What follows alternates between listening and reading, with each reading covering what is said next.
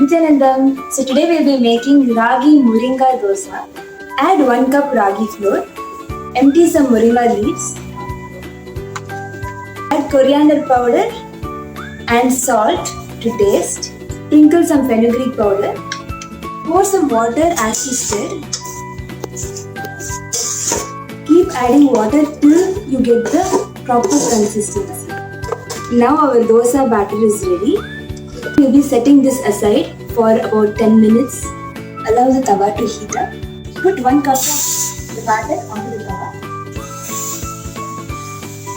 and let it cook.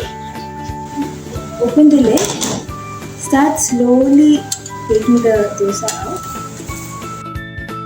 The Ragi Murunga Dosai is best non-dairy sources of calcium, essential for bone health.